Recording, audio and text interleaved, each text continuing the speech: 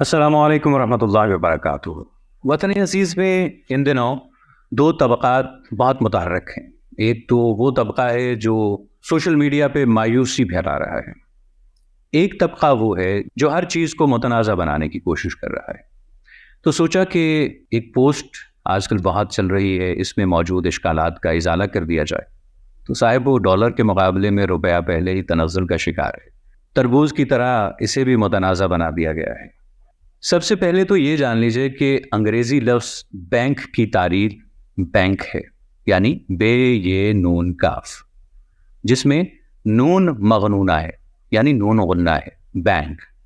اس کو بنک لکھنا غلط العام ہے، جیسا کہ اس پوسٹ میں کہا گیا ہے کہ بینک یہ کہ بغیر اس کو لکھا جائے تو یہ درست ہوگا، جو کہ خود ایک غلطی ہے۔ آپ اردو کی کوئی بھی فرہنگ، کوئی لغت، کوئی قاموس اٹھا کر دیکھ لیجئے، وہاں پر بے یہ نون کافی لکھا ہوگا بینک، جبکہ بنک غلط العام ہے۔ بنک تو گلائی کو کہتے ہیں، موڑ کو کہتے ہیں، ایک خوشبودار بوٹی ہے جس کو بنک کہا جاتا ہے۔ اس کے علاوہ اسکول یا کالج سے بھاگنے کو بنک کہا جاتا ہے۔ دوم یہ ہے کہ ماہرین لسانیات کے ہاں امالے کے حوالے سے اب اختلاف رائے پایا جاتا ہے۔ ابلاغ کے لیے تحریر میں امالہ لکھنے میں نہیں آتا، جبکہ پڑھنے میں آتا ہے، اور یہ صدیوں سے نہیں تو کئی دہائیوں سے اسی طرح ہے، یعنی موقع لکھنے میں موقع ہوگا اور پڑھنے میں موقع۔ اسی طرح برقع لکھنے میں برقع ہوگا اور پڑھنے میں برقع۔ اسی طرح روپیہ لکھنے میں روپیہ ہے اور پڑھنے میں روپے۔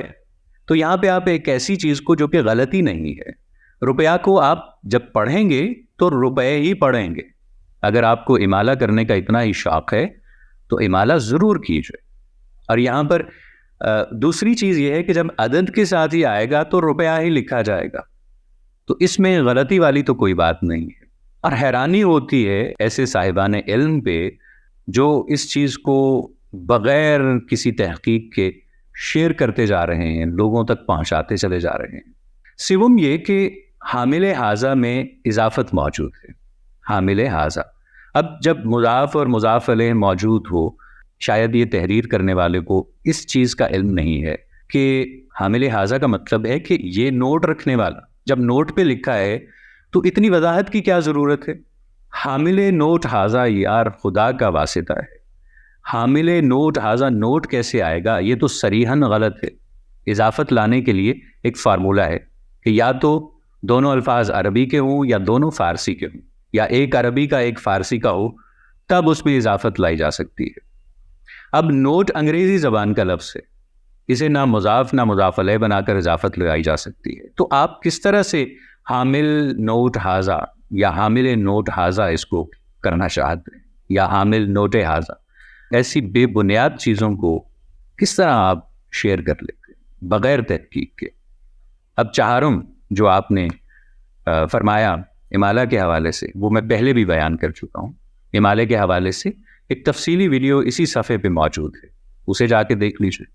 پنجم یہ کہ ماہرین کے مطابق الفاظ کو الگ الگ تحریر کرنا درست ہے، لیکن جو کاتب حضرات ہیں ان کے ہاں یہ کئی دہائیوں سے یہ چلن عام ہے، اور عموماً آج آپ کو اخبارات میں اور دیگر جگہوں پہ یہی چلن دیکھنے کو ملتا ہے۔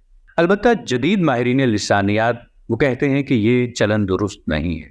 تو جس دور میں یہ نوٹ بنا تھا اس دور میں تو یہ چلن بہت عام تھا۔